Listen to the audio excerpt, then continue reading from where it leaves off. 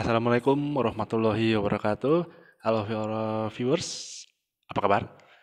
Semoga para viewers selalu diberikan kesehatan dan rezeki yang berlimpah oleh Allah Subhanahu wa Ta'ala. Oke, para viewers, kita kembali dalam video saya berikutnya, ya, alias yang saat ini saya buat. Nah, untuk kali ini saya akan membahas tentang historiografi atau penulisan sejarah. Jadi materi ini adalah materi kelas 10, program IPS, sejarah peminatan, membahas tentang historiografi. Sebelumnya, kita sudah membahas tentang penelitian-penelitian sejarah, alias penelitian baik secara umum ya, maupun penelitian untuk ilmu sejarah. Oke, kita masuk ke dalam tahap terakhir dari materi kita. Di pertemuan sebelumnya kan, atau di video sebelumnya kan, kita sudah membahas tentang penelitian sejarah itu seperti apa tahapannya, mulai dari heuristik, kemudian verifikasi, interpretasi, dan terakhir adalah historiografi. Nah, historiografi ini secara garis besar dalam artian penulisan sejarah, di mana penulisan sejarah biasanya identik dengan hal-hal yang berbau subjektivitas, salah satunya itu, tapi juga bicara tentang sudut pandang. Ya, pada dasarnya sama sih seperti itu. Namun dalam sejarah, historiografi itu terbagi dalam beberapa bagian, khususnya di Indonesia. Jadi secara tidak langsung penulisan sejarah di Indonesia itu dibagi berdasarkan pembabakan waktu. Gambarannya adalah seperti ini sebagai pengantarnya. Yang pertama, historiografi tradisional. Kemudian kita masuk ke historiografi kolonial dan kemudian historiografi modern. Nah, masing-masing ini memiliki perbedaan satu sama lain ya. Perbedaannya paling gampang di waktu. Untuk lebih detailnya, kita mulai pembahasan kita yang pertama. Oh ya, jangan lupa untuk like, subscribe, dan tinggalkan komentar ya, dan jangan lupa pencet bel ya. Dan bagi yang belum melihat video saya sebelumnya, nanti akan saya tampilkan di atas. Seperti itu. Oke, nah kita mulai dari yang pertama, historiografi tradisional. Apa itu historiografi tradisional? Kita lihat. Ini menurut Taufik Abdullah, beliau ini adalah sejarawan, melihatnya seperti ini. Pada tahap historiografi tradisional, penulisan sejarah dilakukan merupakan suatu ekspresi budaya. Masyarakat pada masa itu belum menulis dalam upaya merekam peristiwa masa lalu. Nah, jadi menurut pendapat beliau ini, penulisan sejarah pada masa tradisional merupakan ekspresi dari budaya. Ya mungkin sebagai contoh, kayak Candi Borobudur dengan reliefnya, itu bisa dikatakan sebagai bagian dari historiografi tradisional dalam upaya mengungkap atau merekam peristiwa masa lalu. Seperti itu gambarannya. Nah, kemudian historiografi tradisional itu pada dasarnya terbagi antara Hindu-Buddha hingga Islam. Ini dua ya, masa Hindu-Buddha dan Islam. Kita lanjut. Saya nggak mau lama sih, karena saya pengen materi ini terbagi dalam beberapa bagian dulu. Terlalu banyak juga nggak terlalu bagus. Kita mulai dari historiografi tradisional pada era Hindu-Buddha. Ciri-cirinya yang bisa kita lihat di sini ialah, pertama, karya yang dihasilkan berupa terjemahan dari naskah-naskah dari India.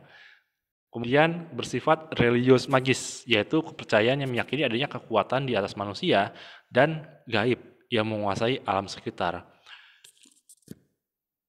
Lalu, isi karya historiografi dari tradisional Hindu-Buddha ini bersifat istana sentris.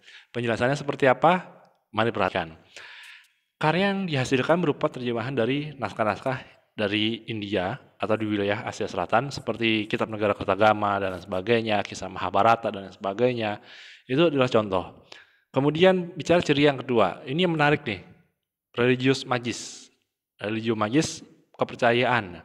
Jadi dalam penulisan atau historiografi tradisional, unsur-unsur magis atau mistis itu selalu dikaitkan dengan penokohan dari pelaku sejarah. Misalnya, Eh, saya ambil contoh cita-cita apa Bandung Bondowoso, kemudian Prambanan dan lain sebagainya, meyakini bahwa memang manusia itu adalah mikrokosmos, sedangkan dunia gaib itu adalah makronya. Jadi ada kekuatan alam yang kuat gitu loh. Makanya tak heran kan kisah-kisah dalam eh, sejarah yang tanda petik seperti folklore dan sebagainya memang tidak lepas dari unsur-unsur religius magis. Religius magis yaitu percaya terhadap tahayul dan sebagainya, kayak misalnya kalau di Jogja ya di pantai selatan misalnya kan disarankan untuk tidak menggunakan baju berwarna hijau. Nah, itu adalah baju dari Nyi Roro Kidul. Walaupun ada beberapa referensi menyatakan sesungguhnya nggak itu juga sih. Maksudnya apa? Ya karena hijau itu ketika masa-masa kolonial, baju hijau itu identik dengan tentara kolonial, tentara Belanda itu. Itu gambarannya. Makanya yang menarik kalau kita bicara kisah-kisah tradisional pada era Hindu, memang selalu dikaitkan dengan unsur-unsur religius magis atau ada hubungannya dengan beberapa mitos-mitos yang tentunya bagi masyarakat sekarang tidaklah masuk akal. Seperti itu. Sedangkan ciri yang ketiga, ini juga cukup menarik, isi karya historiografi tradisional bersifat istana sentris. Apa yang dimaksud dengan istana sentris? Istana sentris di sini maksudnya adalah kisah-kisahnya atau catatan-catatan ini hanya mencakup kehidupan di dalam lingkungan istana. Ya, kerajaan. Ya, karena kita bicara kerajaan, kita bicara istana dan bicara tentang rekaman yang ada dalam istana tersebut. Makanya bagaimana kita bisa mengetahui hubungan antara misalnya Pajajaran Sunda dengan Majapahit itu bisa apa namanya bukan terekam sih bisa tersampaikan oleh masyarakat sampai hari ini karena narasinya bersumber dari catatan istana. Gitu. Jadi tidak ada dong Pak kisah-kisah masyarakat jelata atau sosial di masyarakatnya. Mungkin ada, tapi sedikit. Ya sebagai gambaran, kalau kita ingin melihat gambaran sederhananya, kita lihat relief-relief di Candi Borobudur misalnya di Jogja, di Jawa Tengah ya. Kebalik, maklum, soalnya kan dari Jogja ke Borobudur lebih dekat daripada Semarang gitu kan. Nah, dari Candi Borobudur tersebut kan kita bisa lihat relief-relief ini menggambarkan apa? Sebagian ada yang menggambarkan tentang kehidupan sosial masyarakat pedesaan atau masyarakat di kerajaan tersebut. Cuman dari segi historiografi mereka memang tidak banyak dibahas. Mereka lebih banyak dibahas tentang historiografi mereka, banyaknya dibahas tentang kehidupan istana. Makanya kita bisa mengetahui konflik-konflik istana, misalnya antara Mataram, kemudian Majapahit, kemudian munculnya Majapahit, runtuhnya Majapahit, dan lain sebagainya, itu berdasarkan dari istana. Namun jangan salah, ini tidak hanya berlaku di Jawa, di Pulau Sumatera, di kesultanan-kesultanan atau kerajaan yang di Sumatera, Kalimantan, Sulawesi, hingga kerajaan lain, mayoritas historiografi tradisionalnya bersifat istana sentris, hanya terpaku kepada aspek kehidupan masyarakat di lingkungan kerajaan. Seperti itu. Oke, mohon maaf ya kalau misalnya penjelasan saya kurang jelas, silahkan kalian tulis di kolom komentar untuk penjelasan untuk pertanyaannya ya. Seperti itu. Selanjutnya, mohon maaf agak lama. Oke, karya historiografi tradisional pada masa Hindu-Buddha. Antara lain, seperti yang sudah saya singgung, Cat Negara Kertagama. Apa itu? Ya cari sendirilah, masa harus saya jelasin. Oke, kita para raton, saya yakin para viewers juga udah tahu kisah-kisah ini mengisahkan apa. Namun yang jelas saya memang tidak menjelaskan secara eksplisit karena kepanjangan. Nanti kalian bosan, ngantuk, bahkan bisa jadi psycho. Psycho, uri-uri udah. Kemudian ada kisah Mahabharata. Ya, ini yang paling terkenal, bahkan sering diputar di televisi Indonesia itu kan. Kemudian Ramayana, kemudian Babat, kemudian seberapa besar sih pengaruh karya di atas bagi penulisan sejarah Indonesia? Menurut viewers gimana? Apakah besar sekali, ataukah enggak, atau biasa aja gitu. Silahkan, yang bisa menjawab tulis di kolom komentar ya. Ya, itu.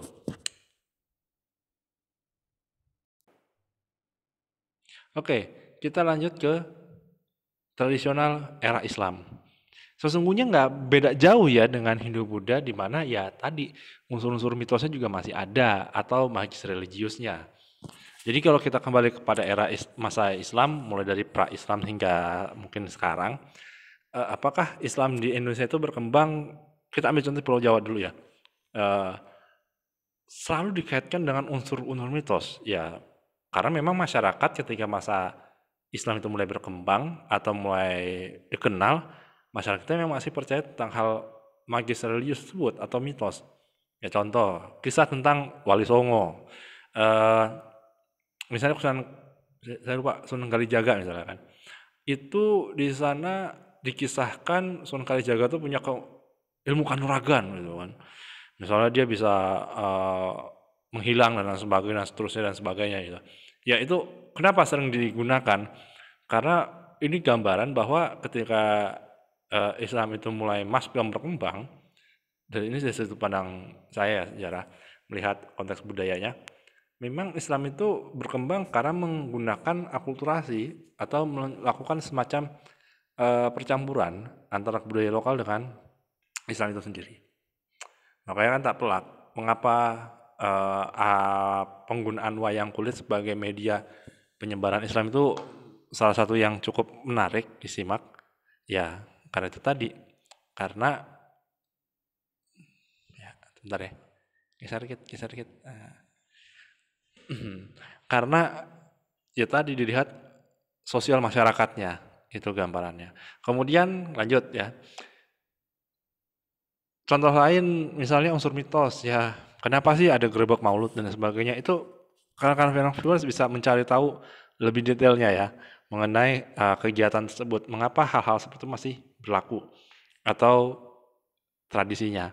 Namun sayangnya saya tidak bahas itu banget.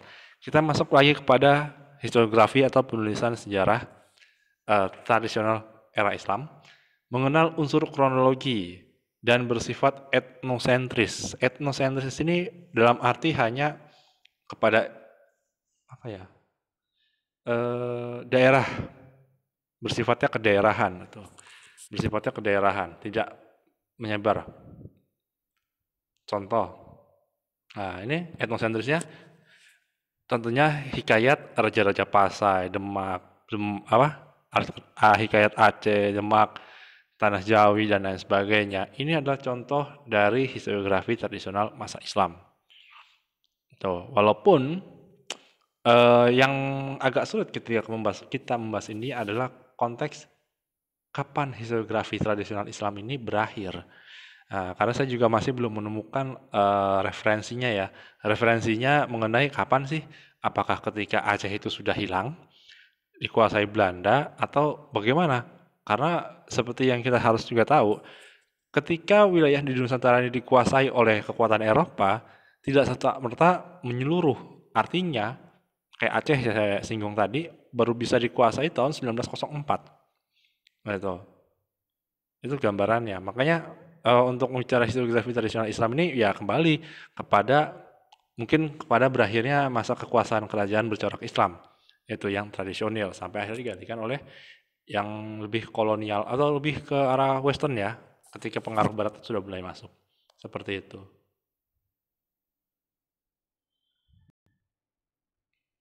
Oke. Ini adalah historiografi kolonial, tapi sayangnya ini akan kita bahas di video selanjutnya. Oke, baiklah. Secara garis besar, saya akan membuat benang merahnya dulu. Secara garis besar, penulisan sejarah pada masa tradisional ini sama-sama memiliki kesamaan satu sama lain. Kesamaannya melalui adanya magis religius, kemudian adanya istana sentris. Dua kata kunci itu yang paling utama kalau kita membahas tentang historiografi tradisional. Oke, jadi kita belajar ini karena apa? Kita perlu tahu pembabakan suatu masa itu perlu dilakukan karena bisa menentukan arah ke depan. Itu gambarannya. Oke? Itu aja yang bisa saya sampaikan ya para viewers. Semoga para viewers merasa, semoga viewers, dengan menonton ini bisa dikatakan, apa ya, bisa mendapat ilmu baru dan sekaligus bagi saya, semoga video ini bermanfaat bagi para viewers. Oke, terima kasih semuanya atas waktunya. Saya harap para viewers nonton sampai selesai ya, gitu. Jangan lupa untuk like, komen, subscribe, dan tulis kolom komentar, serta klik tombol loncengnya. Oke, terima kasih. Wassalamualaikum warahmatullahi wabarakatuh. Arrivederci. Bye.